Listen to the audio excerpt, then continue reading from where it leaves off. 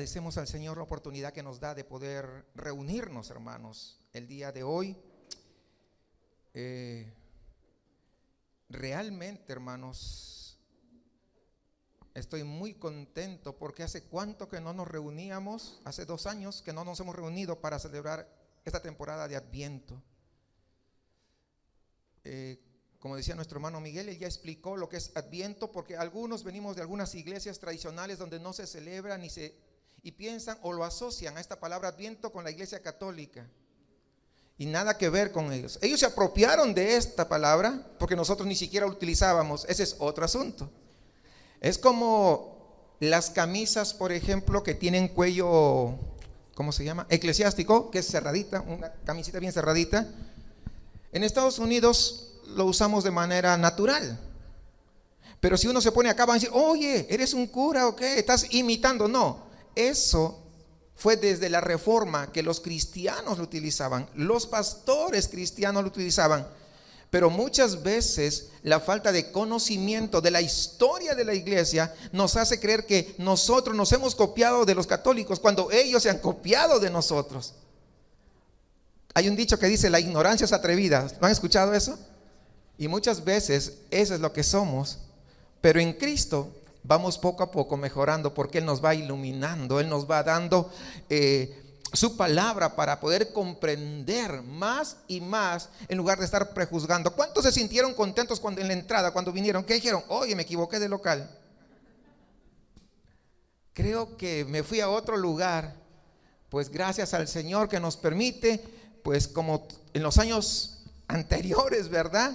Poder comenzar esta temporada, como les he dicho siempre, es una buena temporada para celebrarlo, para poder recordar a Cristo, para poder nosotros disponernos a poder honrar. No que no lo hagamos el resto del año, sino que es una temporada especial, como otras épocas, como otros tiempos que dentro del año también lo celebramos nosotros, ¿verdad?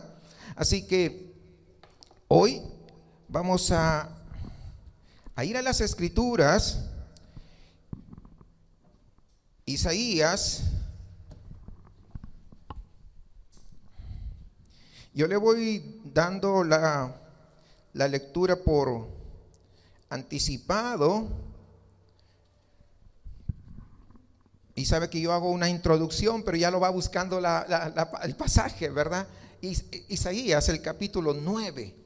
Y vamos a estar desde el versículo 2 al versículo 7. Me da mucho gusto ver acá unas jovencitas, adolescentes que nos están honrando con su presencia, ¿verdad? Naomi, bienvenida. Luz. Hola. ¿Quién más vino? Y Devani, ¿dónde está? Lo vi por acá, pero se fue. Ándale, por allá te estás escondiendo más, pero igual de acá te veo. Bienvenidas. Nos da muchísimo gusto que hayan venido. Hoy, hermanos, como ya lo sabemos, es el primer domingo de Adviento. Hoy empieza esta temporada. Y pues déjenme decirles que a riesgo de sonar como el Grinch que se robó la Navidad, creo que todos saben de qué me refiero, ¿verdad? Todos han visto esa película, ¿no? Yo pienso que podría, o pensé cuando estaba en este momento desarrollando, de que podría ser bastante útil que al comenzar esta temporada de Adviento, que podamos hablar por qué lo hacemos, cuál es la razón. Así que vamos a desarrollar un poquito de historia. Y usted tal vez sepa que la primera generación de reformadores, hombres como Calvino, Knox, Bucer, en fin, ellos estaban tan apasionados y comprometidos con un principio que decían que nada se debía de hacer en el tiempo de adoración si no estaba expresamente en las Santas Escrituras, en la Biblia. Que no se debía hacer absolutamente nada que no esté en las Sagradas Escrituras. Sí, y sin embargo, fíjense bien, afirmando este principio que acabo de enunciarles, ellos también encontraron útil retener y usar lo que ellos denominaron los 5 días festivos evangélicos o de la iglesia evangélica. 5 días: Navidad, Viernes Santo, Pascua, Ascensión y Pentecostés. Ellos no estaban sugiriendo que la Biblia ordenara eso, porque ninguno de esos días están ordenados en las Escrituras, ninguno de ellos. Pero sí decían que el día de reposo, que el día del Señor, ¿cuál es? El domingo. Es el único día ordenado por Dios en las Escrituras para ser guardado como santo hasta que Cristo venga. Y nunca se nos debería de olvidar que el domingo no nos pertenece, le pertenece a Dios, porque por eso se llama el día del Señor. Estamos hablando que le pertenece a Él. Por lo tanto, si le pertenece a Él, nuestra prioridad es tener que darle el día domingo a Él. Así que ellos, cuando dijeron que habían 5 días que deberían de considerarse, lo que los reformadores no estaban haciendo es uso de reglas extrabíblicas, sino que ellos estaban sugiriendo que al usar este esquema tradicional de un calendario, la iglesia puede desarrollar muy bien su programa de enseñanza regular, de predicación expositiva regular, con temporadas donde se enfoque particularmente en la vida de Cristo. ¿Cómo es esto? Por ejemplo, cuando celebramos la Navidad, ¿a dónde estamos apuntando? Al nacimiento de Cristo. Cuando nosotros celebramos la Semana Santa, o principalmente el Viernes Santo, ¿no?, que es de mayor celebración, ¿a qué estamos nosotros apuntando? A la traición y los sufrimientos de nuestro Salvador. El domingo de Pascua, ¿qué celebramos? Pues la resurrección de Jesús. Porque les hago recordar, si Jesús no hubiera resucitado, vana fuera nuestra fe, ¿no dice el apóstol Pablo? Es decir, de nada serviría. Entonces, ¿por qué no celebrar? Sí, me van entendiendo, van desarrollando el hilo de pensamiento juntamente conmigo. En cuarto lugar, la ascensión. La ascensión se trata de la entronización celestial de Jesús. Dice la palabra que ahora está sentado, ¿no?, a la diestra del Padre. ¿Y qué está haciendo? Intercediendo por nosotros. No es María y ni ninguna otra persona. Jesús es el único que está intercediendo por nosotros. Tú me puedes pedir la oración y yo voy a orar, pero yo no voy a orar las 24 horas porque yo también tengo que dormir. Pero Jesús está intercediendo permanentemente. Y si Él no hubiera sido ascendido a la diestra del Padre, entonces no podría hacer esa labor. ¿Sí van comprendiendo? Número 4. Y en quinto lugar, Pentecostés. ¿Por qué deberíamos de celebrar Pentecostés? Desde el punto de vista de los reformadores, porque esa obra tan maravillosa de derramar el Espíritu Santo, lo que indica es que Cristo ya ha sido exaltado. Por eso Él dijo, es necesario que yo me vaya. ¿Sí recuerdan ese pasaje, no? Es necesario que yo me vaya. ¿Para qué? Para que yo envíe a otro consolador. Si no me fuese, entonces no vendría. Entonces, si se dan cuenta, creo que estos 5 puntos de tradición son bastante útiles. Y hoy traigo esto a colación, hermanos, porque pues como pastor tengo conversaciones, pláticas con diferentes hermanos, diversos, y que provienen de un extremo o provienen del otro extremo. Hay algunos, por ejemplo, que se escandalizan porque un hermano no quiere celebrar la Navidad.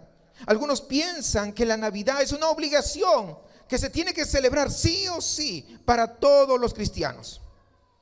Pero también hay el otro extremo. Hay algunos que piensan que no se debe celebrar por nada del mundo la Navidad, ni siquiera poner un arbolito, porque si saben que pusiste un árbol, te están condenando. Y mi respuesta siempre para ellos, no juzgues tan rápido. Hermanos, tenemos que ser conscientes, tenemos que entender que son nuestras conciencias lo que tendría que ser cautivado por la palabra de Dios en primer lugar. El Señor, ustedes saben que nos ha dejado nuestras conciencias libres sobre los mandamientos de los hombres o de cualquier otra cosa al margen de la palabra de Dios. Si tú dices, que los cristianos sí o sí tienen que celebrar la Navidad obligatoriamente, entonces ¿sabes qué es? Tenemos diferencias. Yo no pienso así.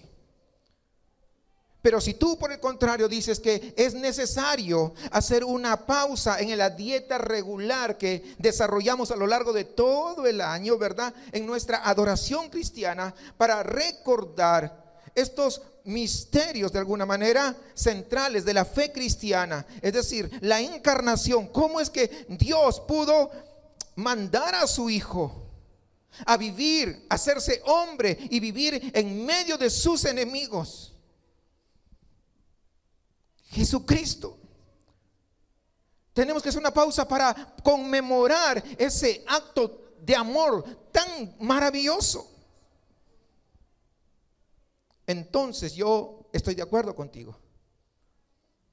Pero si tú pretendes, o si alguien pretende atar mi conciencia cuando no hay un claro, así dice el Señor en las Escrituras, yo no puedo estar de acuerdo. No, es que se tiene que hacer de esta manera. Muéstrame dónde dice. Tenemos la libertad en Cristo. Y como cristianos nosotros tenemos la libertad de poder hacer las cosas conforme seamos guiados a la luz de la palabra. Les decía que hay otro extremo. Así como hay unos que quieren que todos los cristianos celebren la Navidad y que juzgan a otros, también hay otro extremo. El otro extremo, como lo mencioné, de vez en cuando tengo algunas conversaciones con algunos. Dicen, mire pastor, o mire hermano, no me importa realmente que me pongan títulos, ustedes lo saben. Debido a que las Escrituras no enseñan la Navidad ni la Pascua, nunca un cristiano debería de celebrar eso. Déjenme decirles, yo creo honestamente que ese es innecesariamente un pensamiento bastante estrecho. Y el resultado es que si siguiéramos ese consejo de nunca celebrar la Navidad, perderíamos una gran oportunidad de mostrar el Evangelio. Gran oportunidad. Primero para nosotros, hermanos, de centrarnos de forma más intensa en lo que significó la encarnación de Jesús. No lo hablaríamos a profundidad. Aquella venida tan maravillosa de Dios hecho hombre en Cristo. O en el tiempo de la Pascua, no tendríamos que hablar de los sufrimientos y la gloriosa resurrección de nuestro Salvador. Así que, hermanos, creo que acá hay una gran oportunidad para nuestro propio crecimiento que podríamos perder si nosotros comenzamos a cerrarnos.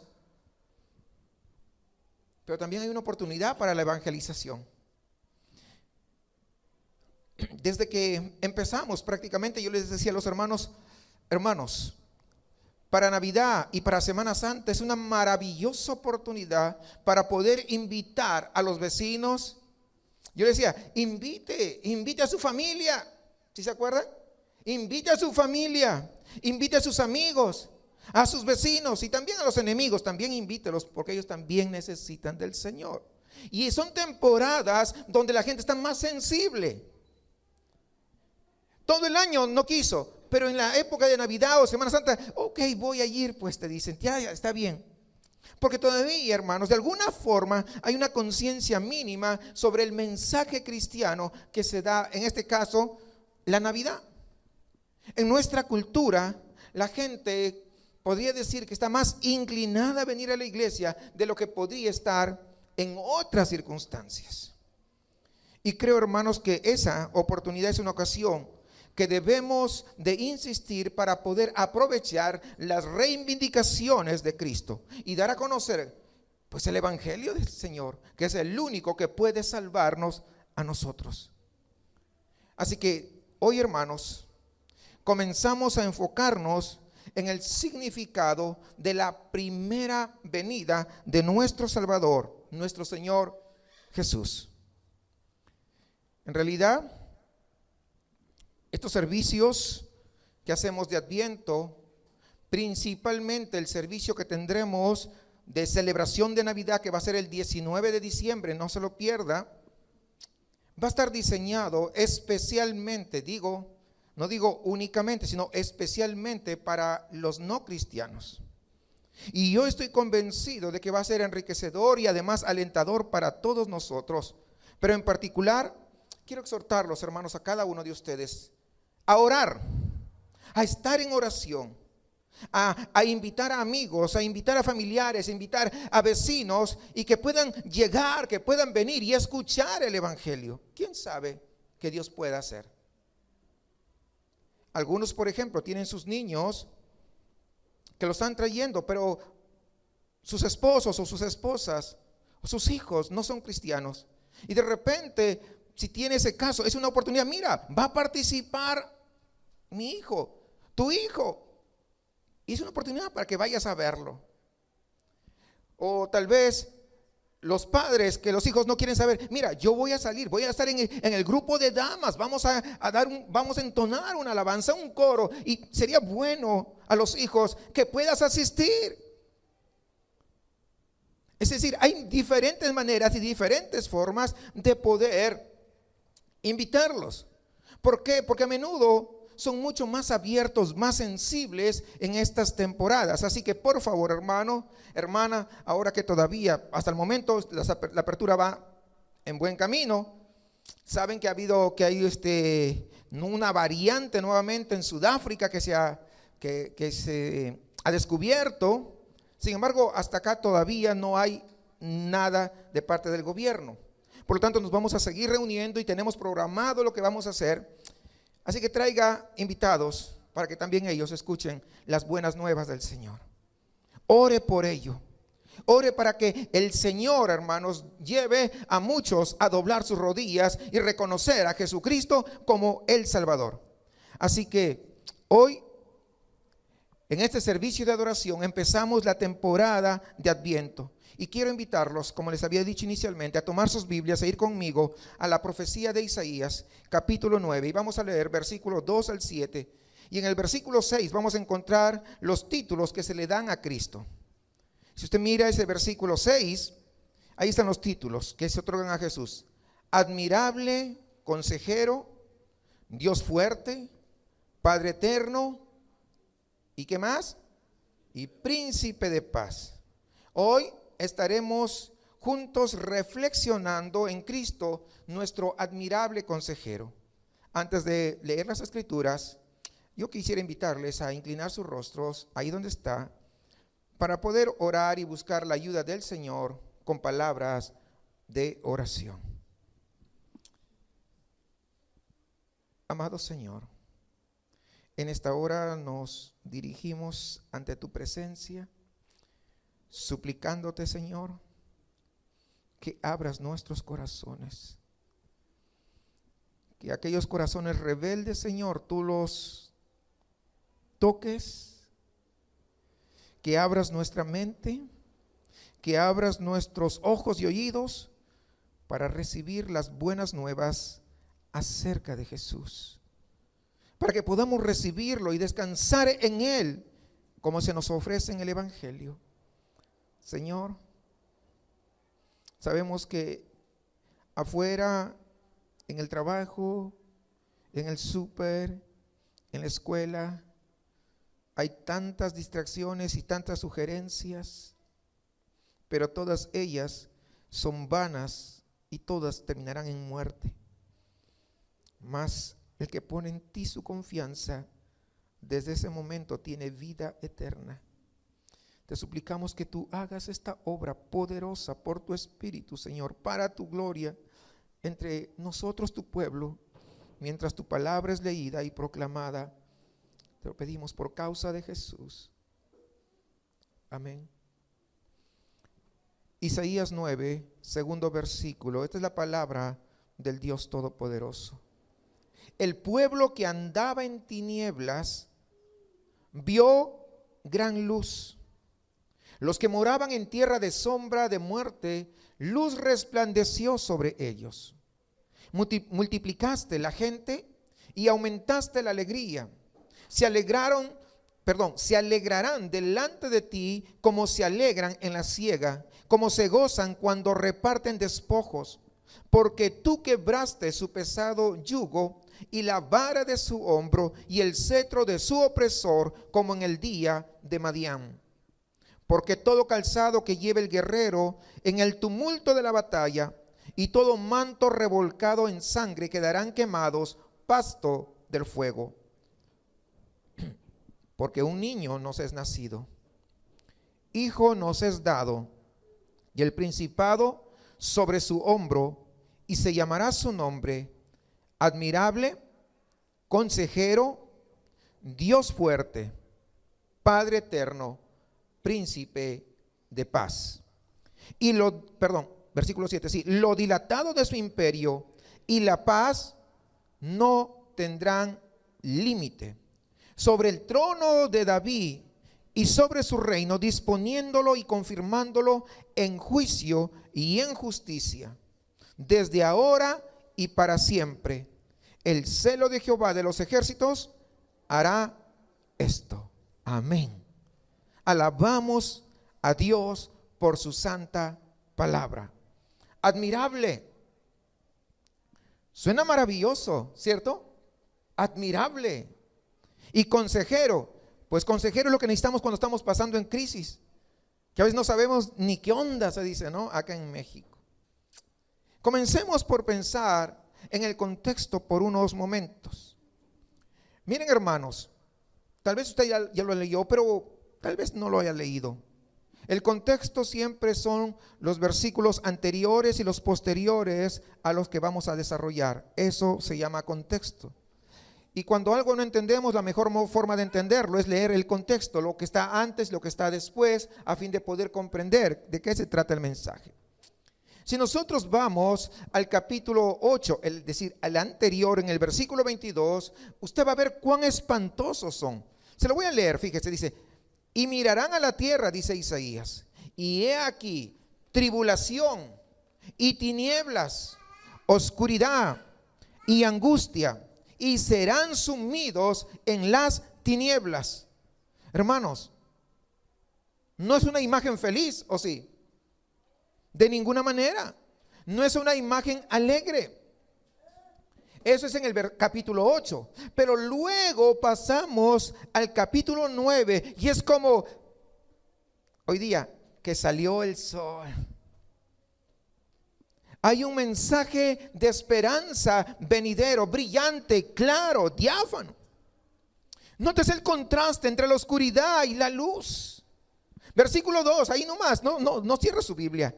Luz en lugar de tinieblas, dice: el pueblo que andaba en tinieblas vio ¿qué cosa? Gran, no una lucecita de vela, no, gran luz. Y el versículo 3, gozo en lugar de tristeza, dice: multiplicaste la gente y aumentaste la alegría. Se alegrarán delante de ti como se alegran en la siega, como se gozan cuando reparten despojos. Y seguimos avanzando, hermanos. Luz en lugar de oscuridad, alegría en lugar de tristeza. Versículo 4 y 5, libertad en lugar de opresión. Mire, estoy viendo, si usted se da cuenta, los antónimos, ¿no?, que se están dando. Mire, versículo 4 y 5, porque tú quebraste su pesado yugo y la vara de su hombro y el cetro de su opresor, como en el día de Madián.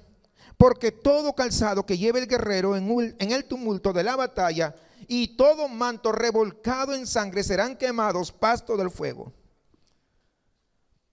Mis amados, fíjense bien. La guerra ha terminado. La paz por fin ha llegado. La liberación de los cautivos es un gran cambio. Es el amanecer de la esperanza. Se acerca el tiempo de gozo, está diciendo el profeta Isaías. Y es un mensaje, hermanos, si se dan cuenta, todo centrado por completo en el nacimiento de un bebé. ¿Por qué? ¿Cómo lo sabemos? Porque el versículo 6, habiendo descrito cómo va a ser la situación, dice: ¿por qué se va a dar todo eso que está descrito del versículo 2 al versículo 5? Porque un niño nos es nacido. Esa es la razón por la que va a haber esos contrastes. Un hijo nos es dado y el principado sobre su hombro. ¿Por qué? La razón de las tinieblas, que ahora hay una gran luz, de la alegría en lugar de la tristeza, es porque un niño nos es nacido. Hermanos, ustedes recordarán en el Evangelio de Mateo, en el capítulo 4, versículos 15 y 16, justamente él está citando a estos versículos como cumplidos con el nacimiento del Hijo de María. El niño acostado allá en el pesebre en Belén, con el nacimiento de nuestro Señor Jesucristo, estaba cumpliendo esta profecía que se había dado acá en Isaías. Él es el niño, hermanos, cuyo nacimiento es el punto de inflexión para que aquellos que estaban en tinieblas ahora comiencen a ver gran luz. Para que aquellos que estaban angustiados comiencen a estar llenos de gozo. Para que aquellos que estaban en cautiverio sean finalmente liberados. Pero, ¿por qué el nacimiento de este niño iba a provocar un cambio tan grande? ¿Qué tiene este niño que marca esa diferencia? ¿Qué tiene este niño de especial, diríamos, que convierte su nacimiento en el punto de inflexión de toda vida humana que pone su confianza en él? Bueno, déjeme decirle esto. Los 4 títulos que leímos en el versículo 6 están diseñados para responder a estas preguntas. Tal vez sepas que en el mundo antiguo, cuando un rey ascendía al trono, era común que se le dieran algunos nombres adicionales al que ya tenía. Podríamos llamarles nombres de trono. Y estos nombres funcionaron sistemáticamente para el reinado del rey que estaba gobernando en ese momento. Y de alguna manera esos nombres adicionales lo que hacía era describir su gobierno, esbozaban su misión. Y ciertamente, hermanos, así es como funcionan estos nombres aquí en este versículo 6. Nos están diciendo de alguna manera qué vino a hacer Jesús, quién es Jesús, qué es lo que vino a hacer. Y también nos dicen por qué vale la pena celebrar Navidad. Estos 4 títulos, cada nombre, cada título tiene 2 partes. Dice admirable, en Reina Valera dice admirable, consejero. Tendría que decir admirable consejero o consejero admirable. Y en algunas versiones dice consejero maravilloso. Esas 2 palabras es un solo título. El segundo título es Dios fuerte, Padre eterno, príncipe de paz. Ahí están los 4 títulos. El día de hoy vamos a estudiar la primera de ellas, admirable consejero o consejero maravilloso, que les decía, en algunas traducciones lo hace apropiadamente. Entonces, ¿qué nos dice en primer lugar cuando se nos dice que Cristo es maravilloso? Yo considero que pues es una traducción tal vez un poquito desafortunada. Porque nosotros lo usamos esta palabra muy subjetivamente. Lo tratamos de manera emocional. Hoy nos sentimos maravillados porque ayer hacía un frío terrible, pero hoy como salió el sol estoy maravillado con eso. Voy a tener un día maravilloso. Sí, más o menos por ahí va nuestro entendimiento. Es una sensación, o cualquier sensación es maravilloso porque nos inspira una sensación de alguna manera de asombro. Como cuando te vas a Jondipo y están los arreglos y dices, oh, mira qué maravillosos están esos arreglos o esos árboles de Navidad. Yo quisiera comprarme, pero no tienes la lana suficiente, pero que es maravillado de verlos. ¿Sí va entendiendo? Y eso es típicamente, muchas veces, como nosotros solemos leer este versículo 6. Para querer decir algo como, Jesús es ese tipo de consejero que nos va a gustar mucho. ¿Por qué? Porque es maravilloso, porque es admirable, por eso nos va a caer bien padre. Y supongo que eso es bastante cierto, pero hasta cierto punto, nada más. Pero no es realmente, hermanos, quiero que sepa esto, no es realmente lo que las escrituras del Antiguo Testamento quieren decir con admirable o maravilloso. No tiene mucho que ver muchas veces con nuestro escaso entendimiento Por eso que las traducciones son un poco complicadas. Cuando vemos esta palabra, hermanos, desde la raíz de la cual ha sido traducida, porque recuerden, la Biblia no se escribió en español, ni en inglés, se escribió en hebreo, en griego y una pequeña fracción en arameo. El griego no es el griego actual, de hecho, es el griego antiguo. Nadie casi lo habla el día de hoy. Entonces, en el Antiguo Testamento, cuando se hablaba de admirable o maravilloso, está hablando de algo sobrenatural, como si hubiera ocurrido un milagro, el más grande que pueda imaginarse. A eso apunta esta palabra. Así, por ejemplo, en el Salmo 78, versículos 12, se nos dice que de los milagros que hizo para sus antepasados en la llanura de Zoán, en la tierra de Egipto, partió en dos el mar y los guió a cruzarlo, mientras sostenía las aguas como si fueran una pared.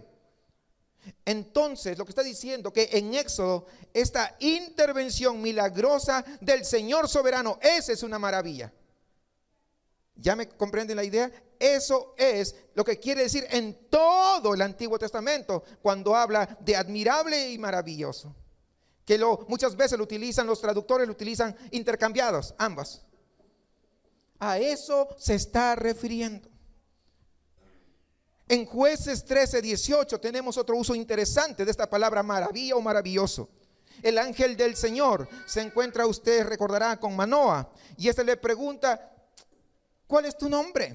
Y el ángel le responde ahí en el versículo 18: ¿por qué preguntas por mi nombre? Le responde el ángel del Señor.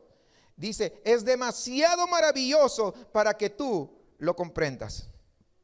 Es lo que está diciendo el ángel cuando le responde a Manoa. ¿Sabes qué? Mi nombre está por encima de tu capacidad natural de comprender. Es decir, que hay algo sobrenatural o algo trascendente en él. Entonces, entendido de esa manera, maravilloso realmente, hermanos, encaja con lo que todos nosotros sabemos acerca de Jesús, ¿no es cierto? ¿Sí o no? Ahora con esta comprensión, no es simplemente, ay, mira, qué admira. No.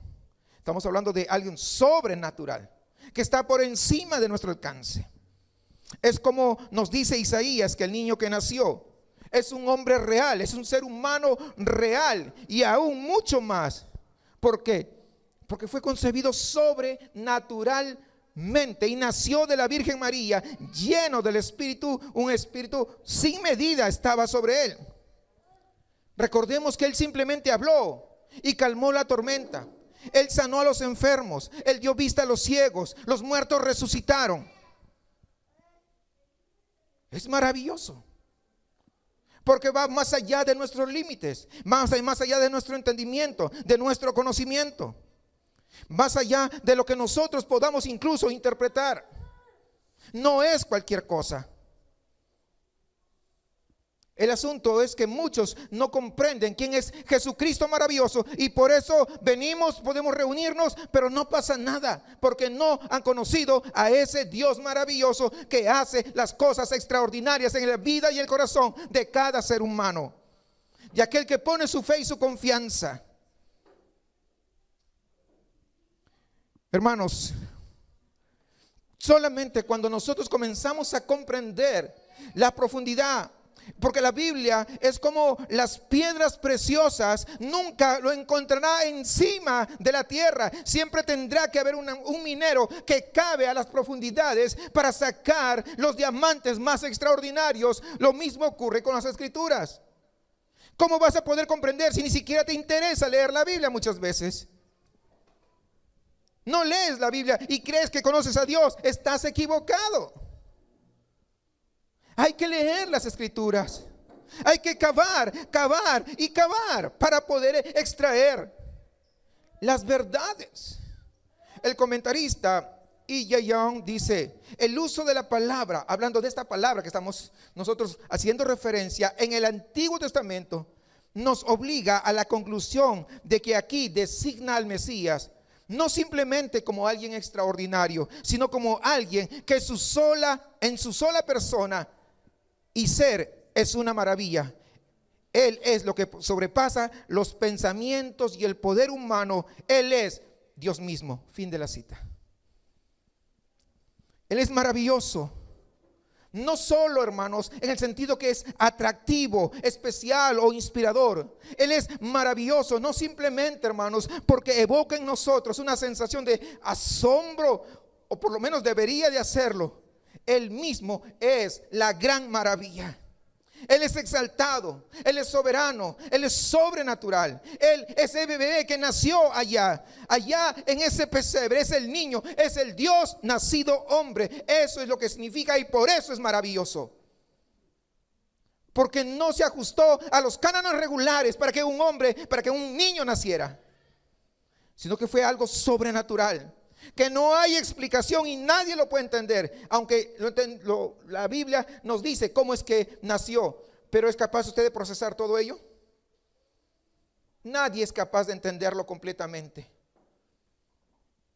porque para que ocurriera la gestación de un bebé, de un niño, de usted mismo, tiene que haber una mezcla de los genes. Es imposible que ocurriera solamente con una mujer. Es algo sobrenatural. Nuestra mente es tan pequeña, aunque por más que digamos, sí, yo entiendo, no entendemos. Ahora, hermanos,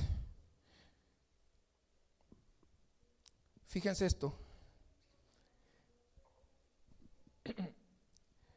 Nada más podría hacer que la suerte de la gente gire tan dramáticamente, de estar viviendo en una nefasta situación. Estaban en tinieblas, estaban en angustia, capítulo 8.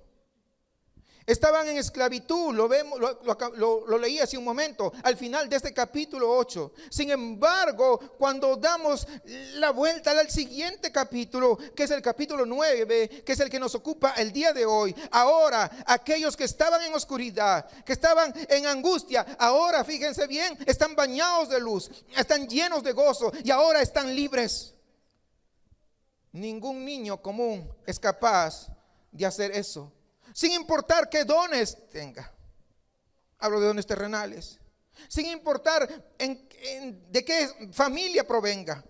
No importa los privilegios que pudiera estar sobre él, jamás podrá realizar una transformación así.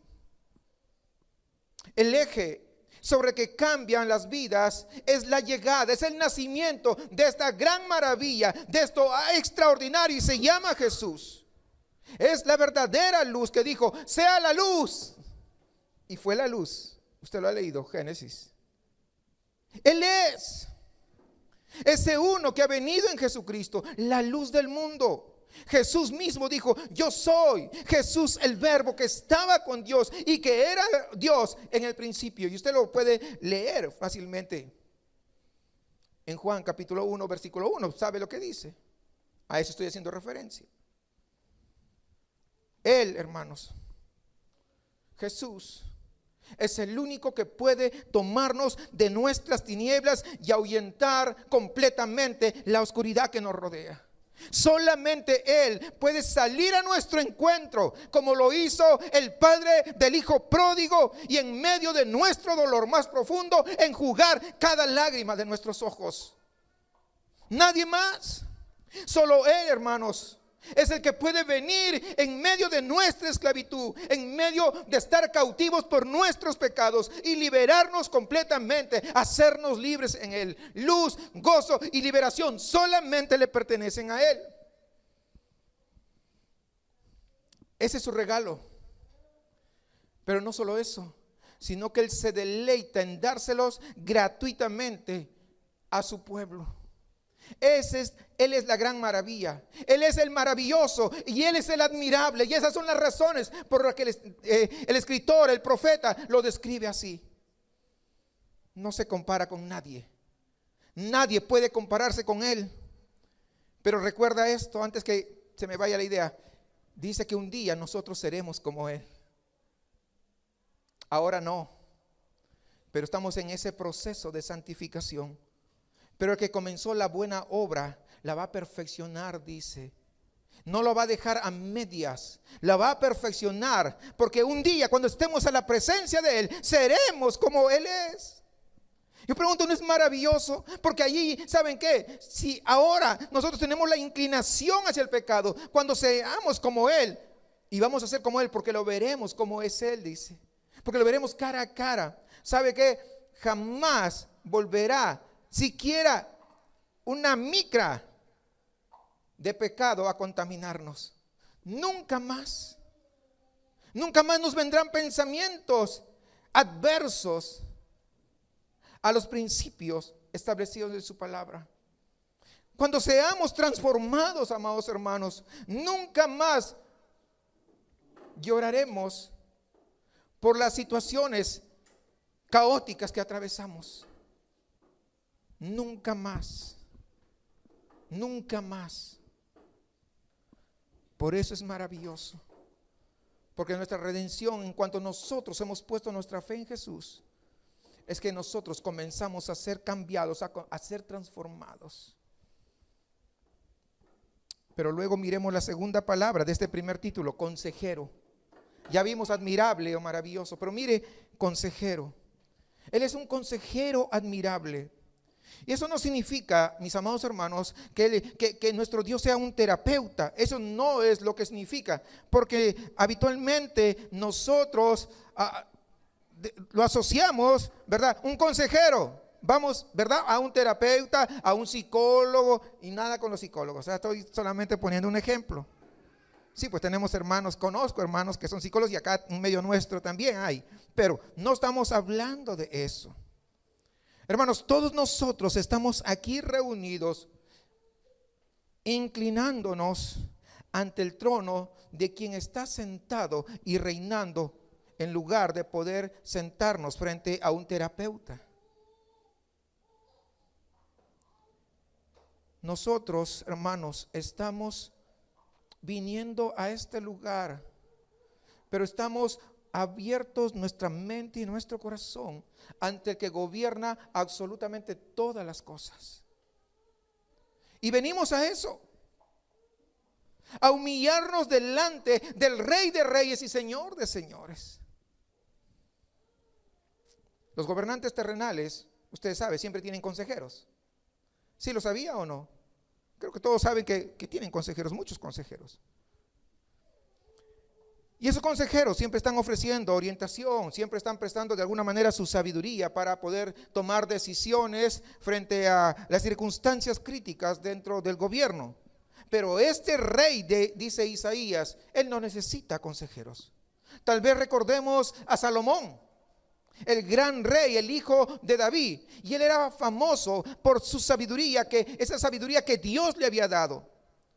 Pero el rey que reinó después, que era descendiente de Salomón, el rey que reinó durante el tiempo del profeta Isaías, era un rey que se llamaba Acaz. Y su sabiduría de Acaz era completamente diferente a la de Salomón. Rand Davis dice que Acaz era sabio, pero un chapucero. Y ustedes entienden esa palabra. Es lo que dice. Inteligente, pero al final era pues un incompetente. Así que en un extremo tenemos a Salomón, el prototipo de rey sabio. Y en el otro extremo tenemos a Acaz, el prototipo de un gobernante necio. Dos extremos.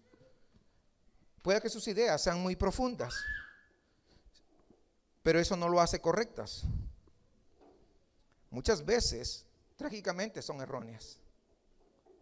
Y muchas veces hablan tan bonito que engatusan y engañan aún a la misma gente, aún a la misma población. Y lo más triste es que los cristianos están haciendo publicaciones por Facebook respecto a sus gobernantes. No se están dando cuenta que lo único que apuntan realmente cuando hay gobernantes humanos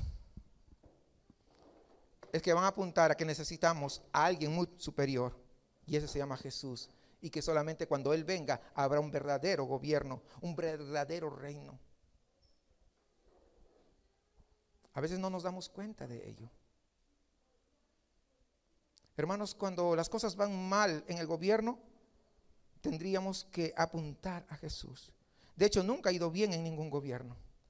Pero fue mejor que el otro. ¿Pero fue bien? No, no hay ni uno solo. ¿Por qué? Porque vamos a suponer, vamos a suponer que sea cristiano. Vamos a suponer un cristiano, muy buen cristiano, el mejor cristiano que usted haya conocido, ¿ok? Y asciende al gobierno, pero se olvida que va a gobernar pecadores. Y desde el primer momento que va a gobernar pecadores, yo pregunto, ¿usted cree que va a ser un buen gobierno?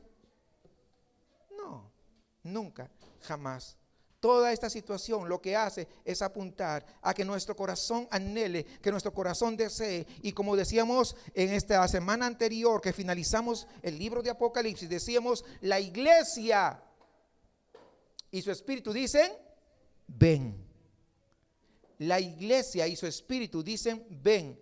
Allí debe estar el anhelo de nuestro corazón, a que venga el Señor de una vez por todas. A veces, este tipo de gobiernos, les decía, que pueden tener ideas muy profundas. Sin embargo, ¿saben qué? Muchas veces son erróneas. A veces se dejan llevar por un interés personal, propio, familiar, o por la ansia de poder. A veces sus elevados ideales para el bien de su pueblo se ven comprometidos por sus insuficiencias que le están rodeando de consejeros que no son lo suficientemente honestos, guiados por el temor de Dios. Sin embargo, aquí estamos viendo a Jesús, a este niño que ha nacido. Jesús, hermano, déjeme decirle, no es como ningún presidente, como ningún rey. Es más bien un rey que no necesita consejeros. ¿Por qué? Porque tiene una sabiduría que no es susceptible a ser comprometida ni a ser corrompida absolutamente por nada. Él es el verdadero rey que usted y yo necesitamos. Nadie más. Ahora bien, vivimos en una época en la que a muchas personas les resulta difícil confiar en los funcionarios que han sido elegidos.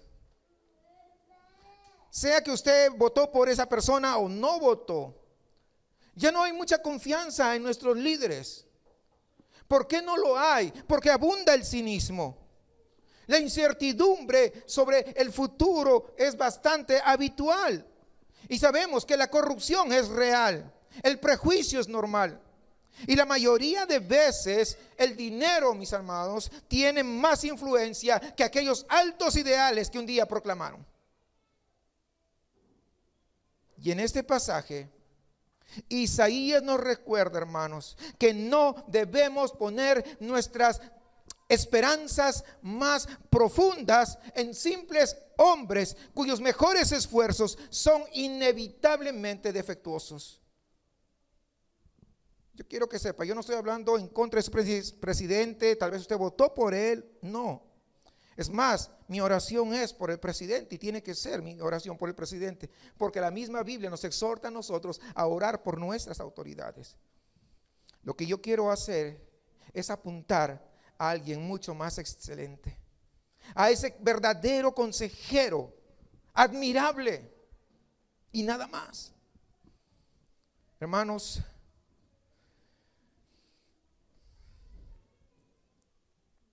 algunos confían en carros y otros en príncipes, pero Isaías nos llama a confiar en el admirable consejero que es nuestro Señor Jesucristo.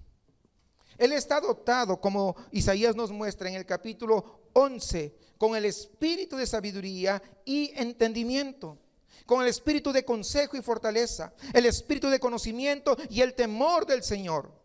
De modo que, a diferencia, hermanos, de todos los demás gobernantes terrenales, Él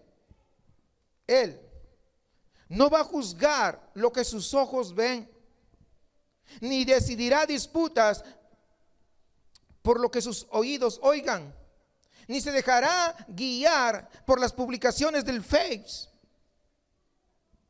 o de cualquier otra red social, lo que se mandó por WhatsApp. Los chismes no lo van a influir. Él no responde a las primeras impresiones. Él juzgará, más bien dice Isaías, con justicia juzgará a los pobres y decidirá con equidad a los mansos de la tierra. Colosenses 2 en el versículo 3 nos dice: en Él están escondidos todos los tesoros de la sabiduría y el conocimiento. En Él, en Jesucristo. Por lo tanto, es un rey en el que tú y yo sí podemos confiar. Fuera de Él no hay nada. Él es la gran maravilla, cuyo consejo, hermanos, va a guiar con seguridad a tus pasos, con seguridad a un destino que ya está previsto. Su palabra será una lámpara a tus pies. Su palabra será una luz en tu camino. Él ha ido delante de ti a través del valle de sombra de muerte y lo ha hecho seguro. Ese valle lo ha hecho seguro para cada uno de los que nos toque peregrinar por ese camino. Por lo tanto, no podemos tener más miedo. Por lo tanto, no podemos nosotros decir que no sé qué va a pasar mañana. Es verdad, no sabemos. Pero si estamos en las manos del Señor, estamos seguros. Puedes confiar en Él, porque en su luz veremos la luz. Un consejero maravilloso, un consejero admirable, porque Él es la maravilla, gran maravilla. Él es la verdad, es verdaderamente y completamente Dios. En realidad, entonces, es un consejero maravilloso porque también es verdadera y plenamente un hombre. No solamente Dios. Conoce tu cuerpo, conoce mi cuerpo, conoce tus pensamientos y los míos. Recuerda, Él, que tú y yo no somos más que polvo. No somos más. En su humanidad, las escrituras nos recuerdan, por lo que padeció, aprendió la obediencia. Y en Lucas 2, en el versículo 52, nos dice que Jesús crecía en sabiduría, en estatura y en gracia para con Dios y para con los hombres. Es lo que dice la palabra. Pero no solamente eso. Este consejero admirable, hermanos, es suficiente. No necesitas más. Como el pueblo de Dios, al final del capítulo 8, que estaba sumido en la oscuridad y la angustia, que había sido arrojado a esa densa oscuridad. Escúcheme bien, este admirable consejero, Jesucristo, Él también fue arrojado a la densa oscuridad impenetrable cuando el Padre apartó su rostro de Él. Y Él clamó: Elí, Elí, lama sabactani. Dios mío, ¿por qué me has abandonado? Y eso es lo que gritó estando en la cruz, en medio del abandono, en medio de la soledad.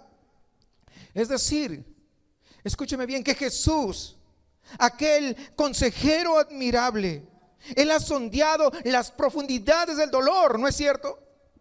¿Sí o no? ¿Se da cuenta? Él sabe lo que es el dolor, Él sabe lo que es la pérdida, Él sabe lo que es el abandono, y ha llevado la culpa del pecado, no la suya, sino la nuestra, y ha sufrido la ira y la condenación, y ha sido cortado y repudiado para que la lacra y cada peste del corazón humano, ya sea la culpa del pecado, ya sea la parálisis que muchas veces te da por el miedo, o el dolor, o la pérdida, la enfermedad, o tal vez la tristeza a la soledad, o el dolor que viene cuando se acerca la muerte, cada llaga del ser humano que está en el corazón debido al pecado, puede encontrar en Jesús un admirable consejero, un consejero maravilloso, un consejero que escucha con entendimiento cuando nadie más te entiende, y que te ama cuando nadie quiere amarte, y que te ama además sin reservas cuando todos los demás te reprimen o se reprimen para poder mostrarte amor. Quien da gracia para perdonar, quien da gracia para limpiar, quien nos da gracia para consolar y sostenerte cuando todos los demás recursos se han agotado y pareciera que no hay una salida. Jesús está allí. Es un consejero maravilloso y es un salvador suficiente. ¿Sabes qué? Él es todo lo que necesitas. Y tú estás el día de hoy porque tenías que escuchar justamente esta palabra. que Él es todo lo que necesitas. No necesitas a nadie más. Y yo me pregunto si tú has visto esa gran luz. Me pregunto si hoy has probado la verdadera alegría, si has descubierto la verdadera libertad, porque solamente se puede encontrar en un solo lugar, uno solo y nada más. Solamente lo puedes encontrar en el Hijo que es dado. Que el niño que nació lo encuentras en el admirable consejero, lo encuentras en Jesucristo. Lo que necesitas es mirar a Él. Lo que necesitas es poner tu mirada en Él. Lo que necesitas es voltearte, dejar lo que estabas haciendo, dejar lo que tú pensabas que estaban sucediendo y comenzar a mirar a Él, volverte y clamar a Él.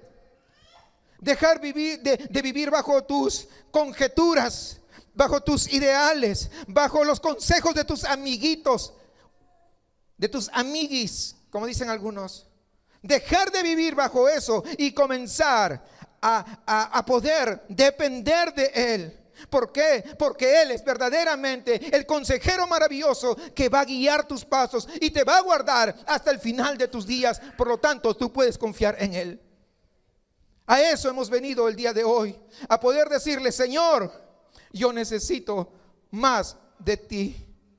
Yo no conozco lo que puede estar pasando cada quien, porque a veces caras vemos, dice, corazones no sabemos qué cosa hay. No sabemos qué estabas pensando en la mañana temprano, o al día de ayer, o la semana pasada. Pero Jesús conoce y Él quiere ser tu consejero. Y hoy es una buena oportunidad para que puedas decirle: yo no te había conocido como ese consejero admirable, ese consejero maravilloso, ese consejero extraordinario que aún más me entiende. Muchas veces cuando uno es adolescente se queja que es que no me entiende mi papá ni mi mamá. Pero déjame decirte que Jesús te entiende. Las mujeres se quejan que los hombres no entendemos a ellas, pero Jesús te entiende. Hermanos, no tenemos por qué estar buscando aquí lo mejor, cuando lo mejor solamente podemos encontrar en Jesús. Nada más. Yo te invito a ponerte de pie en esta mañana y podemos orar.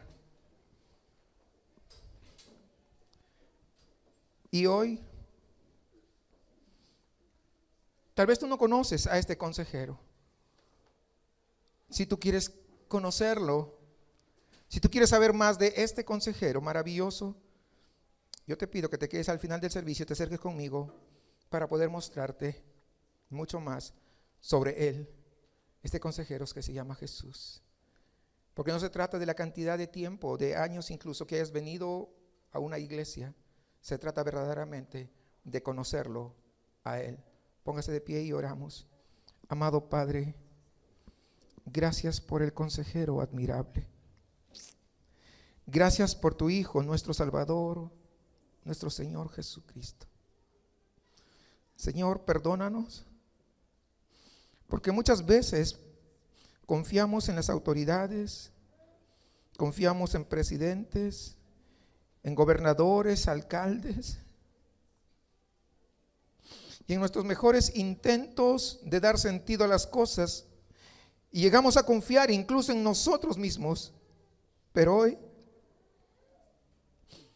queremos postrarnos ante ti. Reconocemos la bancarrota de nuestra vida, que hemos vivido bajo nuestros términos, que hemos vivido muchas veces la vida a nuestra manera. Y ahora permítenos mirar a Jesús. Permítenos, Señor, que Cristo sea el verdadero consejero de nuestra vida. Cuando muchas veces nos hemos sentido incomprendidos, tú nos entiendes.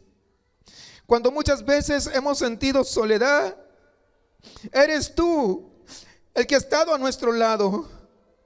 Consejero maravilloso, el Dios hombre que conoce nuestra vida, que conoce nuestro cuerpo, nuestros pensamientos, y siempre se recuerda que somos polvo, y que también cuando estuvo acá en la tierra fue tocado con con el sentimiento de nuestras debilidades, porque Él se enfermó, se cansó. Él tuvo lágrimas que vertían también de sus ojos, que sondeó las profundidades de las tinieblas, que sabe lo que es la pérdida, que sabe lo que es el dolor. Él es un Salvador suficiente para todos los que le buscan. Ayúdanos, Señor. En esta hora te suplico que tú salves, que tú restaures y que tú puedas obrar, Señor, en la vida y el corazón de los que estamos aquí reunidos, de tal manera que podamos, Señor, encontrar en Jesús el verdadero consejero que nuestra alma necesita. Ayúdanos a mirar a Él. Te lo pedimos, Padre, en el nombre de Jesús, tu Hijo amado. Amén. Amén. Hermanos, que podamos meditar en lo que aprendimos el día de hoy. Muchas veces, teniendo la mano a quien acudir, no lo hacemos. Pero aquí está. No te olvides. Él está disponible. Él es el consejero que nuestra alma, que nuestro corazón necesita. No hay nada más, ni nadie más. Que el Señor los bendiga, mis amados hermanos, y vayamos meditando en esto. Paso a nuestro hermano.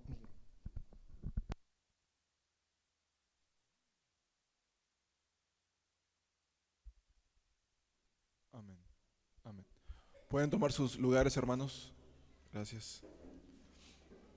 Amiguis, como dicen algunos, dejar de vivir bajo eso y comenzar a poder depender de Él. ¿Por qué? Porque Él es verdaderamente el consejero maravilloso que va a guiar tus pasos y te va a guardar hasta el final de tus días. Por lo tanto, tú puedes confiar en Él.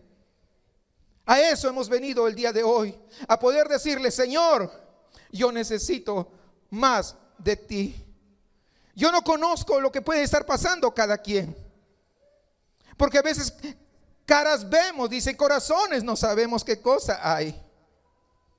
No sabemos qué estabas pensando en la mañana temprano, o al día de ayer, o la semana pasada. Pero Jesús conoce y Él quiere ser tu consejero. Y hoy es una buena oportunidad para que puedas decirle: yo no te había conocido como ese consejero admirable, ese consejero maravilloso, ese consejero extraordinario que aún más me entiende. A veces, muchas veces, cuando uno es adolescente, se queja que es que no me entiende mi papá ni mi mamá. Pero déjame decirte que Jesús te entiende. Las mujeres se quejan que los hombres no entendemos a ellas, pero Jesús te entiende. Hermanos, no tenemos por qué estar buscando aquí lo mejor, cuando lo mejor solamente podemos encontrar en Jesús. Nada más. Yo te invito a ponerte de pie en esta mañana y podemos orar. Y hoy, tal vez tú no conoces a este consejero. Si tú quieres conocerlo, si tú quieres saber más de este consejero maravilloso, yo te pido que te quedes al final del servicio, te acerques conmigo para poder mostrarte mucho más sobre él, este consejero que se llama Jesús. Porque no se trata de la cantidad de tiempo, de años incluso que hayas venido a una iglesia. Se trata verdaderamente de conocerlo a Él. Póngase de pie y oramos. Amado Padre, gracias por el consejero admirable. Gracias por tu Hijo, nuestro Salvador, nuestro Señor Jesucristo. Señor, perdónanos, porque muchas veces confiamos en las autoridades, confiamos en presidentes, en gobernadores, alcaldes, y en nuestros mejores intentos de dar sentido a las cosas, y llegamos a confiar incluso en nosotros mismos. Pero hoy queremos postrarnos ante ti. Reconocemos la bancarrota de nuestra vida, que hemos vivido bajo nuestros términos, que hemos vivido muchas veces la vida a nuestra manera, Y ahora permítenos mirar a Jesús. Permítenos, Señor, que Cristo sea el verdadero consejero de nuestra vida. Cuando muchas veces nos hemos sentido incomprendidos, tú nos entiendes. Cuando muchas veces hemos sentido soledad, eres tú el que ha estado a nuestro lado. Consejero maravilloso, el Dios hombre que conoce nuestra vida, que conoce nuestro cuerpo, nuestros pensamientos, y siempre se recuerda que somos polvo. Y que también cuando estuvo acá en la tierra fue tocado con el sentimiento de nuestras debilidades, porque Él se enfermó, se cansó. Él tuvo lágrimas que vertían también de sus ojos, que sondeó las profundidades de las tinieblas, que sabe lo que es la pérdida, que sabe lo que es el dolor. Él es un salvador suficiente para todos los que le buscan. Ayúdanos, Señor, en esta hora te suplico que tú salves, que tú restaures y que tú puedas obrar, Señor, en la vida y el corazón de los que estamos aquí reunidos, de tal manera que podamos, Señor, encontrar en Jesús el verdadero consejero que nuestra alma necesita. Ayúdanos a mirar a Él, te lo pedimos, Padre, en el nombre de Jesús, tu Hijo amado. Amén. Amén. Hermanos, que podamos meditar en lo que aprendimos el día de hoy.